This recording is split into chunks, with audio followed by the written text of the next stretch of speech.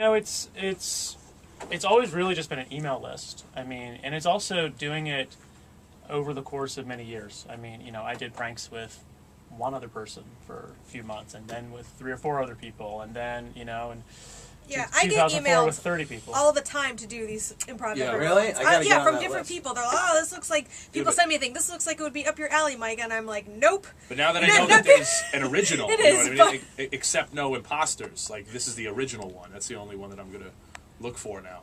There's other people doing it, but they're obviously not, they don't have the flair that you guys do. Sure. Which one did you have the most fun doing? The most fun doing? Well, we did a fake U2 concert back in 2005, and that's always been one of my favorites. So. What does that mean, a fake U2 concert? Well, I'll tell you. U2 was playing at Madison Square Garden back in their Vertigo tour when Atom Bomb came out. And they had a show at 8 o'clock at night at MSG, and I used to live across the street on 8th Avenue in this 4-story apartment building. I had access to my roof. U2, famous for doing rooftop concerts, such as the Where the Streets Have No Name video. So I put a fake U2 on my roof, and my roommate at the time was in a cover band, so his band got up on the roof, dressed up like U2, and we rented a sound system, put a drum kit up there, and they played 5 U2 songs about an hour before the real show. So there's like 20,000 U2 fans in the neighborhood on the way to the gig, and hundreds of people are stopping in the street going crazy. How'd you find a guy that could sing like Bono?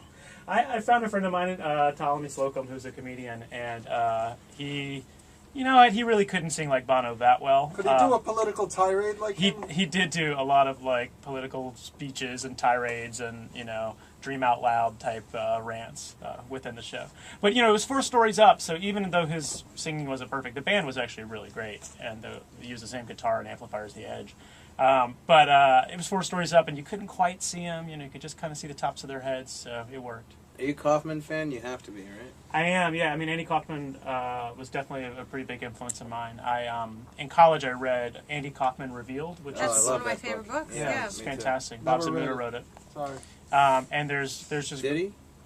Oh, well, maybe Tony Clifton wrote it. I don't know. But then, no, there's just great stories which really don't exist in most of the other Kaufman books or movies. Just stories of maybe Bob made them up. I don't know, but like you know, in the restaurant.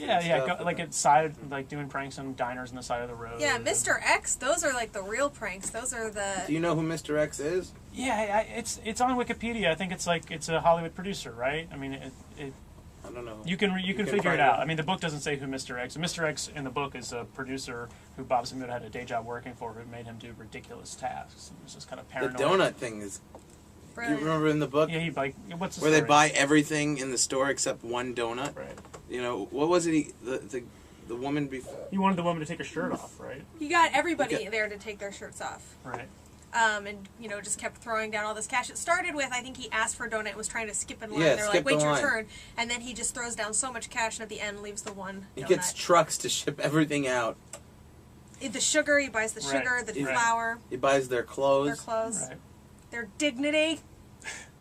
Please introduce yourself. I'm back, Cambry Cruz. Why are you back here today, Cambry? I don't know what they're going to talk to me about. It varies every time, from my book to comedy. I haven't been here in a long time, so I'm just going to wing it. So I was reading your bio, and you are fluent in sign language. Yes. Can you give us like some curse words or like some like dirty That's phrases? Like the top 3 questions. Yeah. How do you do like wants, eat my ass in sign language?